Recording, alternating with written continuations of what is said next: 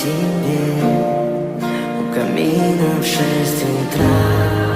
Разбитая душа, и все твои обещания